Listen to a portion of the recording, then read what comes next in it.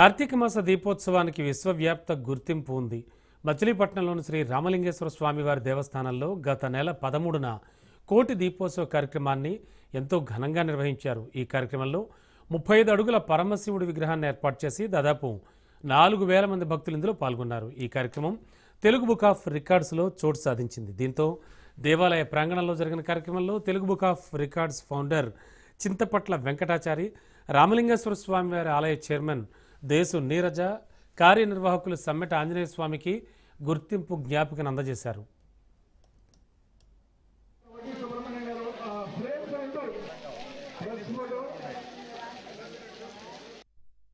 శ్రీ రామలింగేశ్వర స్వామి దేవస్థానంలో కార్తీక మాసం సందర్భంగా కోటి దీపోత్సవం కార్యక్రమానికి ఆ రోజు జరిగినటువంటి నెంబర్ ఆఫ్ ఒత్తులు కానీ లేదంటే జరిగిన విశిష్టత కార్యక్రమాన్ని Telugu book of records committee వారు గమనించి మన దేవస్థానానికి మన పేరును నమోదు చేయడం జరిగింది కోటి దీపోత్సవ కార్యక్రమాన్ని. ఈ సందర్భంగా ఈ రోజున ఆ తెలుగు బుక్ ఆఫ్ రికార్డ్స్ నుంచి వెంకటాచార్య గారు వచ్చి మన దేవస్థానానికి ఆ సర్టిఫికేట్ని ఇవ్వడం జరిగింది. ఈ సందర్భంగా మా ట్రస్ట్ బోర్డు సభ్యులు, చైర్మన్ గారు దేశ నీరజ్ గారు, అలాగే నగర ప్రముఖులు, సీనియర్ నాయకులు గోరిపాటి గోపిచంద్ గారు, అలాగే బాబా ప్రసాద్ గారు, ఇతరత్ర నాయకులందరూ కూడా విచ్చేశారు. ఈ సందర్భంగా ఈ కార్యక్రమాన్ని జయప్రదం చేసినందుకు అందరికీ ధన్యవాదాలు తెలియజేస్తాం.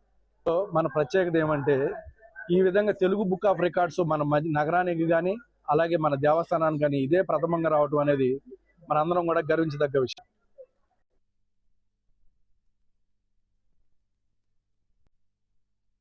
ఎన్నో విశేషాలు వింతలు విశేషమైనటువంటి ప్రక్రియలకు నాందిగా ఒక కళలకు నానాజిగా ఉన్నటువంటి అందరూ ప్రాంతంలో ఈరోజు ఒక వినూత్నమైనటువంటి భక్తి పారవశ్యమైనటువంటి కార్యక్రమానికి నేను రావడం జరిగింది.